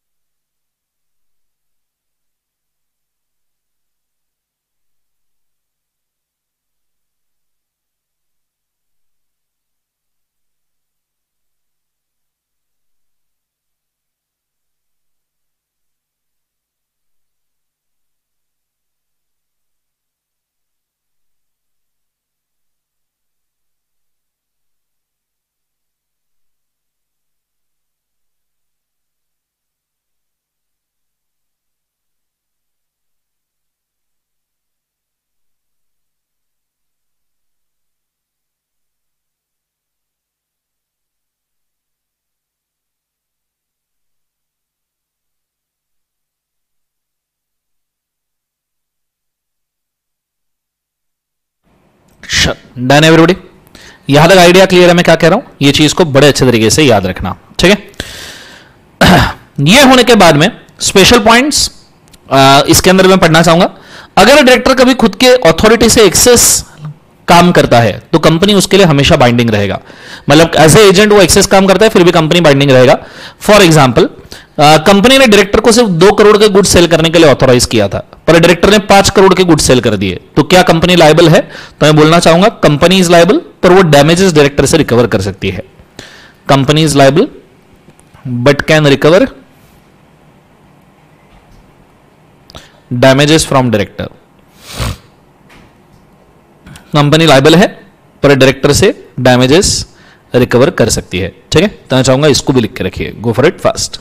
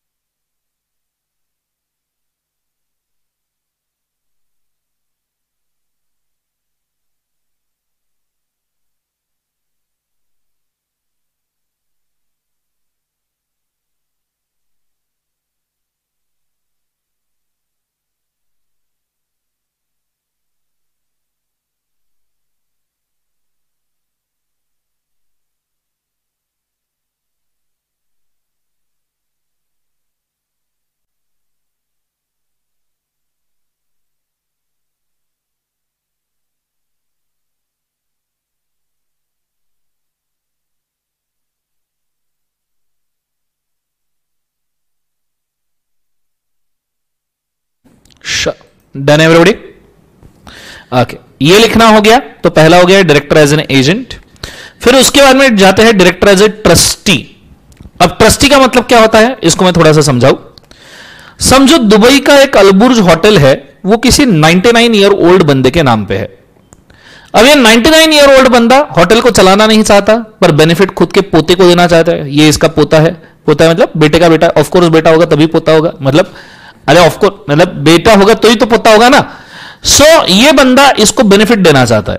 For this purpose उसने तुमको अपॉइंट किया, तुम सीए बने, दुबई में प्रैक्टिस कर सकते हो।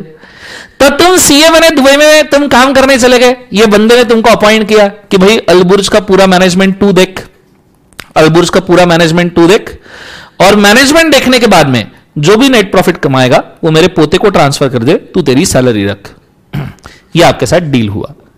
This is nothing but a trust. आप अगर किसी दूसरे पर्सन के एसेट संभाल रहे हो, आप दूसरे पर्सन के एसेट संभाल रहे हो, बेनिफिट उस पर्सन को या किसी थर्ड पर्सन को देने के लिए, उस पर्सन को बेनिफिट या थर्ड पर्सन, इसमें ऐसा भी हो सकता है कि ये बंदा बोले कि तुम संभालो, प्रॉफिट मुझे निकाल के दे दो।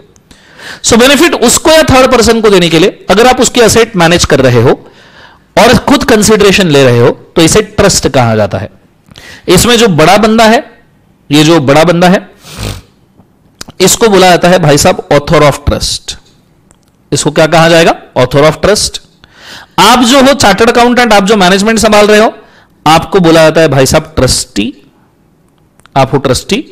और ये जो छोटा बच्चा है जो बैठ के खा रहा है, दिस इज कॉल्ड बेनिफिशियरी। इसको बेनिफिशियरी बोला जाता है कि बैठ के सिर्फ ये बेनिफिट लेगा। क्लियर है आंसर? इसी प्रकार कंपनी का भी स्ट्रक्चर होता है। कंपनी का भी स्ट्रक्चर होता है। फॉर एग्जाम्पल, अगर मैं कंपनी के केस में आपको इस चीज को समझाऊं, तो कंपनी के केस में मैं कुछ ऐसा बोल सकता हूं कि भाई साहब कंपनी होल्ड, कंपनी की असेट है। कंपनी के पास क्या है बोले एक बार? Asset, land, building, plant, machinery. उन्होंने वो असेट किसको दे दी? बोर्ड ऑफ डायरेक्टर्स को। कंपनी ने असेट दी बोर्ड ऑफ डायरेक्टर्स को। बोर्ड ऑफ डायरेक्टर्स असेट को मैनेज कर रहे हैं। फिर बोर्ड ऑफ डायरेक्टर इस असेट से नेट प्रॉफिट कमा रहे हैं, और ये नेट प्रॉफिट मेंबर्स को ट्रांसफर किया जा रहा है। किसको दिया जा रहा है? मेंबर्स। जो कंपनी के ही मेंबर्स है उनको ये प्रॉफिट दिया जा रहा है। सो इस केस में कंपनी क्या होगी? ऑथर। बोर्ड ऑफ डायरेक्टर क्या हो गए? ट्रस्टी, क्योंकि वो असेट को मैनेज कर रहे हैं तो ट्रस्टी, तो director as a trustee prove हो गया, and member is a beneficiary. ठीक है, मैं चाहूंगा इस चीज को भी लिख कर रखो। गो for it fast.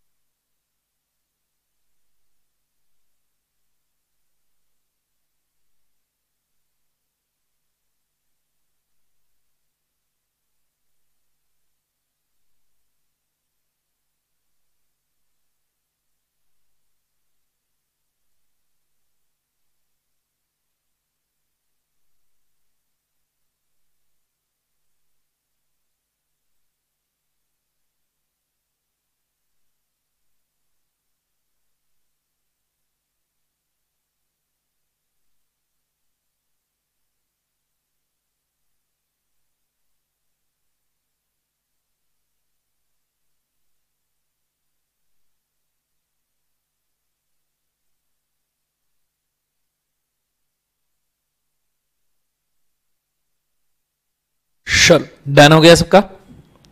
Everybody yes और नो? ओके, सो ये लिखना हो गया है, तो बढ़ते हैं आगे। अब ये हो गया director as a agent, director as a trustee. अब ट्रस्टी के लिए मैंने यहां पे कंटेंट थोड़ा लिख के रखा है, ये खुद एक बार रीड कीजिए, फटाफट समझ में आ जाएगा। मन के मन में रीड कीजिए, ट्रस्टी का रीड होने का डन कीजिए, फिर अपन, और ट्रस्टी का डिफरेंस भी देके रखा है मैंने। पूरा डिफरेंस अभी समझ में नहीं आएगा, बट रीड कर लीजिए। कुछ यहां पे सेक्शंस वगैरह भी मैंने मेंशन किए, वो आगे काम में आएंगे, ठीक है? बट एक बार पूरा रीड कर लीजिए, आगे जरूर समझ में आएगा, जस्ट इसको रीड कर लीजिए एक बार।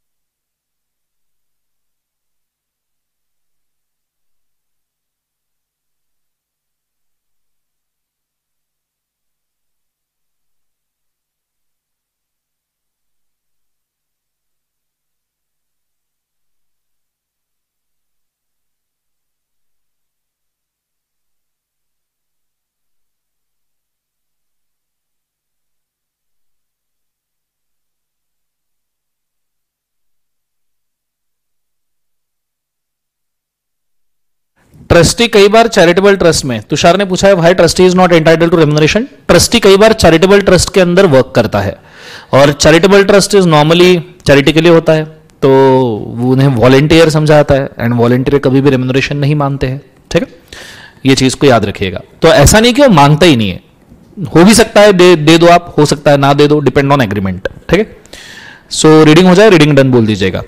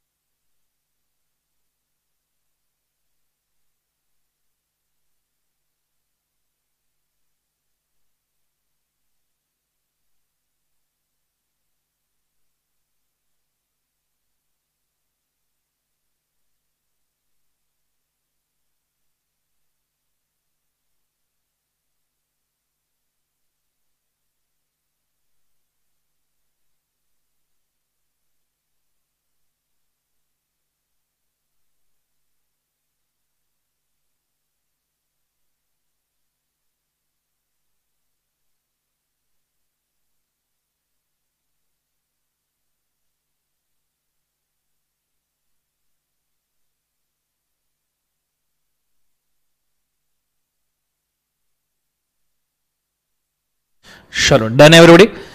अगले वाले के ऊपर जा रहे हैं, director as officer in default. अब ऑफिसर इन डिफॉल्ट का मतलब होता है कि नॉर्मली अगर कोई भी पर्सन जो कंपनी के सिचुएशंस में कोई भी गलती करता है, कोई भी प्रॉब्लम क्रिएट करता है, कोई भी गलती करता है, तो उसे नॉर्मली इन द डिफॉल्ट कहा जाता है। जैसे यहां पे लिखा है, the person who is in the contravention of the provision of the act from a company, ठीक है? तो ऐसे सिचुएशन में कोई भी बंदा जो इस एक्ट के प्रोविजंस को कॉन्ट्रावेन कर रहा है कंपनी के बिहाफ पे या कंपनी के अंदर से, ठीक है, तो ऐसी सिचुएशन में उसको डायरेक्टर इन डिफॉल्ट कहा जाएगा। डिफॉल्ट का मतलब है कोई भी गलती करना। अब नॉर्मली ऑफिसर इन डिफॉल्ट के डेफिनेशन में जो होल टाइम डायरेक्टर होता है, की मैनेजर पर्सन होता है, वही लायबल होता है। मतलब इसका एक सीरीज है, मैं आपको बोल दूं, ठीक है, मैं लिख के दूं। Normally managing director, whole time director, manager और CEO are always in default.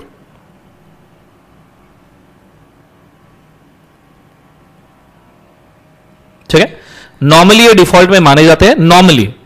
पर अगर कोई स्पेसिफिक पर्सन अवेलेबल है, if specific person is identified then he is in default. कोई स्पेसिफिक पर्सन आइडेंटिफाई हो चुका है, जैसे अकाउंट्स में फ्रॉड हुआ, अकाउंट्स मैनेजर को आपने पकड़ लिया, then he is in default, उसको डिफॉल्ट में माना जाएगा, उसको पेनलाइज किया जाएगा। पर अगर स्पेसिफिक पर्सन नहीं है, इफ नॉट, कोई स्पेसिफिक पर्सन अवेलेबल नहीं है, तो managing director, whole time director, manager, CEO ये डिफॉल्ट में माने जाते हैं। और अगर managing director, manager, CEO, whole time director ये भी नहीं है, इफ नॉट, तो all board of directors will be considered in default. सभी के सभी बोर्ड ऑफ डायरेक्टर्स को डिफॉल्ट में माना जाता है और सभी के सभी बोर्ड ऑफ डायरेक्टर्स इस सिचुएशन में लायबल हो जाएंगे। All the board of directors will be considered in default. Concept समझ में आ रहा है सबको? है ना? ये जरूरी नहीं कि हर कंपनी में मैनेजिंग डायरेक्टर या मैनेजर या सीईओ वगैरह होगा। सो इफ नॉट अपॉइंटेड, मैं यहां लिखना चाहूंगा कि मैनेजिंग डायरेक्टर, मैनेजर, सीईओ वगैरह अपॉइंटेड नहीं है, तो फिर सभी बोर्ड ऑफ डायरेक्टर्स ये डिफॉल्ट में कंसिडर किए जाएंगे। साइड में इसका ही सिनॉप्सिस लिखा गया है कि क्या लिखा है, उसको घुमा घुमा के लिखा है इसलिए लंबा है, बट मेन क्रक्स जो है वो यही है। कृपया इसको लिख लीजिए, गो for it fast.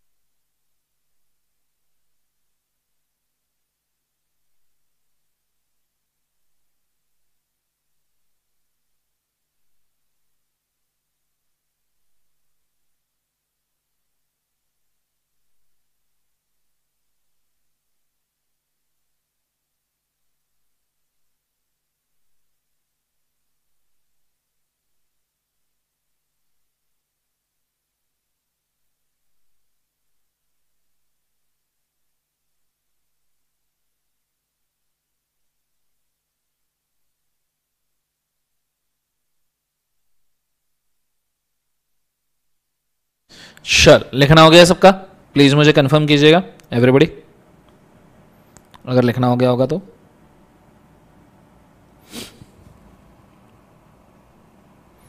Done everybody?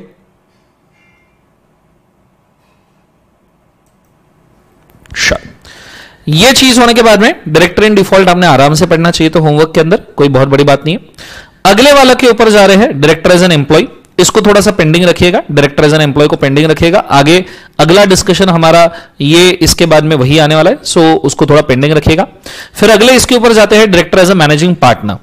Now director as a managing partner कैसे, तो बड़े अच्छे से ध्यान देना। इसके लिए आपको फर्म, एलएलपी और कंपनी को कंपेयर करना पड़ेगा, क्योंकि बात पार्टनर्स की चल रही है, तो ध्यान देना।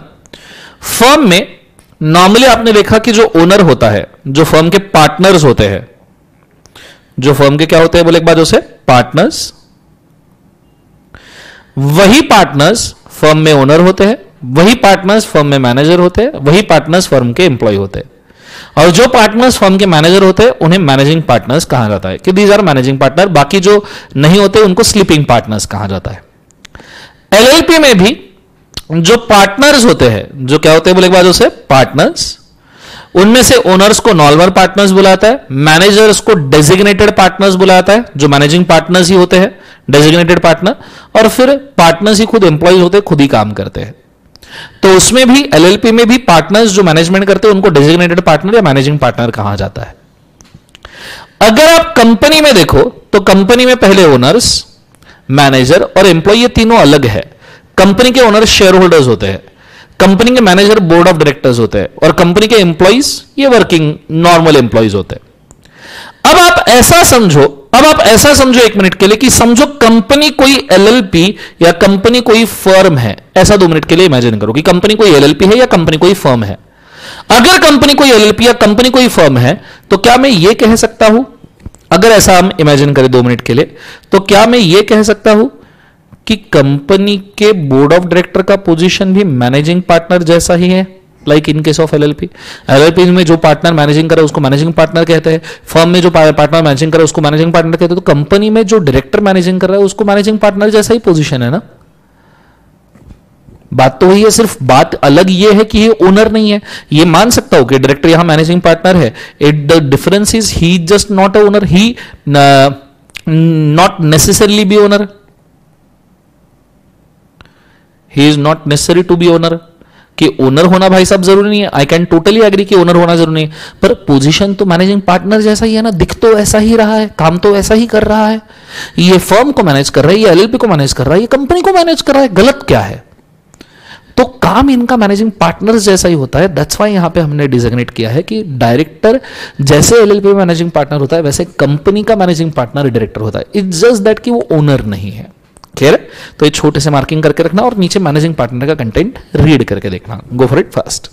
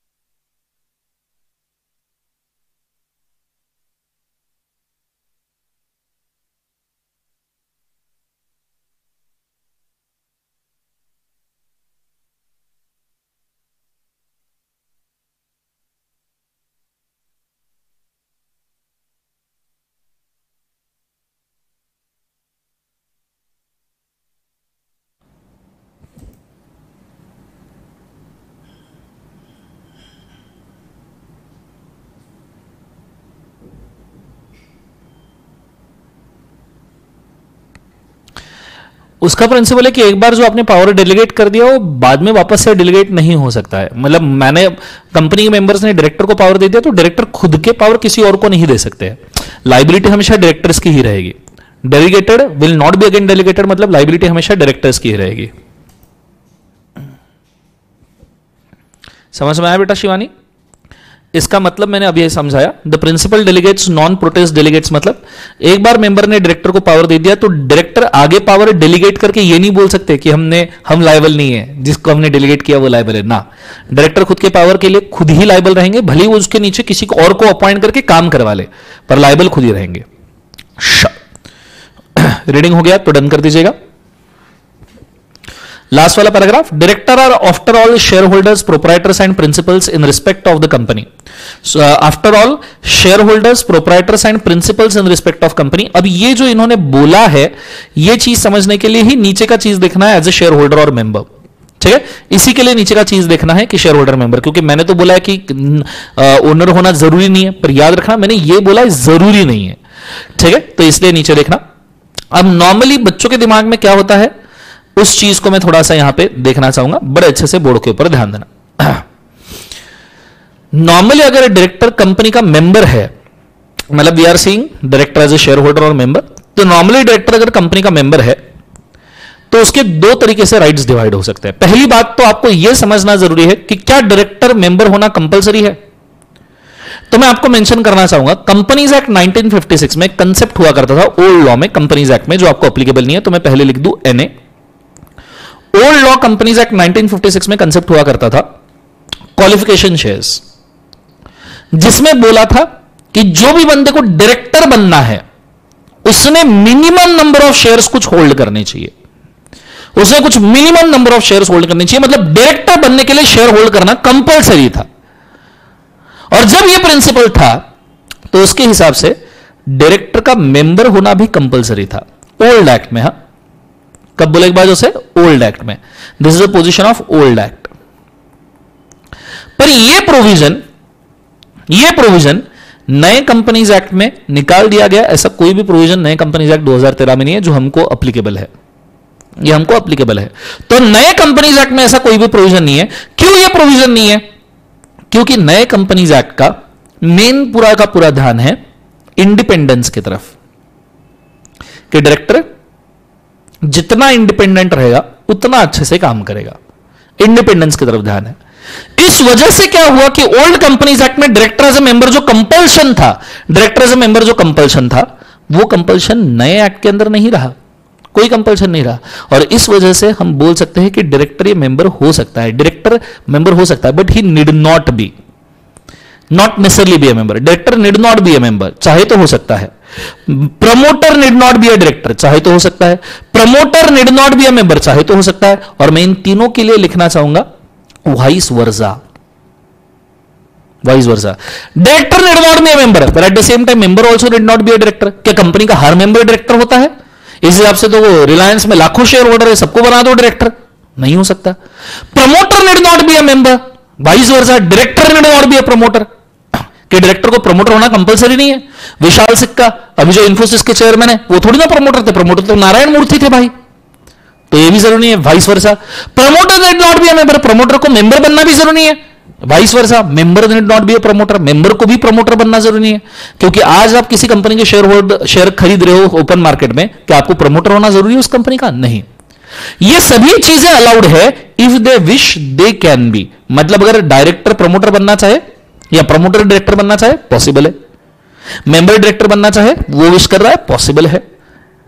प्रमोटर मेंबर बनना चाहे, वो विश कर रहा है, पॉसिबल है. कोई दिक्कत नहीं है, पर एक कंपल्शन नहीं है, यह कंपल्शन नहीं है. और अगर कभी डायरेक्टर मेंबर है, अगर कभी डायरेक्टर मेंबर बन गया इन केस, तो उसके डायरेक्टरशिप के राइट सिर्फ बोर्ड मीटिंग में यूज करेगा और उसके मेंबरशिप के राइट सिर्फ जनरल मीटिंग में यूज करेगा. डायरेक्टोरियल राइट जनरल मीटिंग में वो यूज नहीं करता और मेंबरशिप राइट्स वो बोर्ड मीटिंग में यूज नहीं कर सकता. ये दोनों चीजें अलाउड नहीं है. मेंबर के राइट मेंबर जनरल मीटिंग में, डायरेक्टर के राइट्स बोर्ड मीटिंग में.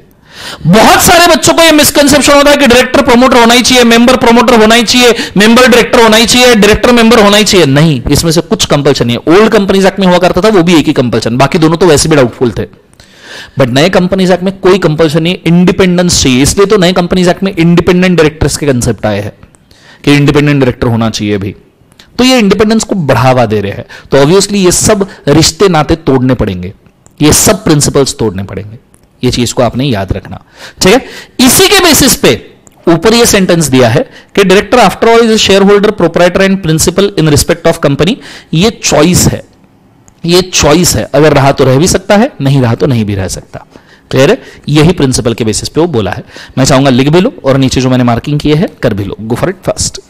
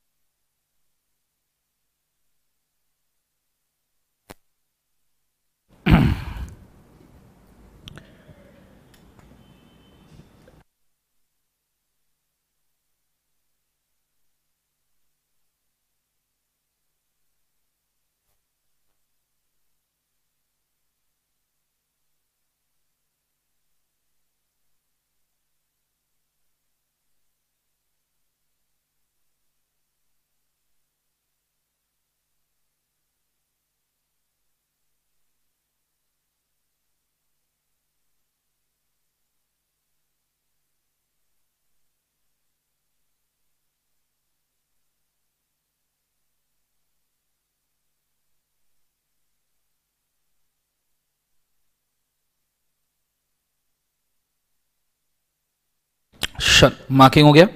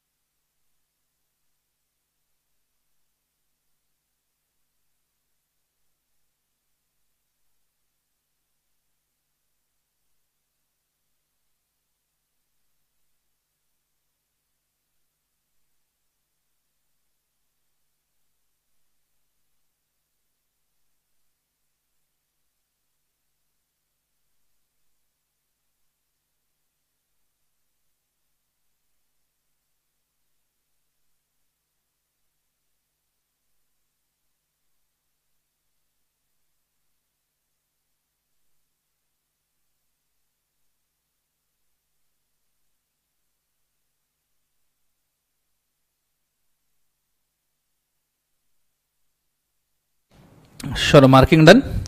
यहां पे डायरेक्टर के as a position except employ सभी पोजीशंस यहां पे होते हैं खत्म। ठीक है, so all positions of director यहां पे हम कंप्लीट करते हैं। यहां तक समझ में आया सबको? हाँ है ना? आज के लिए मैं यहीं पे थोड़ा स्टॉप करना चाहूंगा क्योंकि सर्दी खांसी अभी भी है और वीकनेस बॉडी में अभी भी है बिकॉज एंटीबायोटिक्स चल रहे हैं। तो मुझे अलविदा दीजिए। कल संडे है पर स्टिल मैं कल आपकी क्लास लेना चाहूँगा क्योंकि इस वीक में थोड़ा इरेगुलरिटी हुआ है। इरेगुलरिटी नहीं, आपके पास करने के लिए लेक्चर्स थे पर हमको कल जैसे छोटा लेक्चर हुआ आज हुआ, इसको मेरे को कवर अप करना ज़रूरी है। तो कल संडे है, फिर भी मैं कल लेक्चर लेना चाहूँगा। एंड आगे भी नियरली 12 तारीख के आसपास आपको छुट्टी हो सकती है। हमारी बीवी का बर्थडे है तो नेशनल हॉलीडे डिक्लेयर करना पड़ता है जीवन में।